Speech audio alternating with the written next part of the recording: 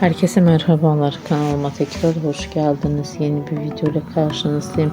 Sizler için yeni görüntüler, yeni paylaşımlar sunuyorum. Paylaşımlarım Yağmur Öztürk ve Erkan çiftinden olacak. Birbirine yakışan çifte kumrulardan romantik görüntüler, güzel paylaşımlar geldi. Görüntüleri bir araya toplayıp sizler için paylaşıyorum. Umarım beğenirsiniz. Benden bu kadar. Hoşça kalın, sağlıcakla kalın arkadaşlar.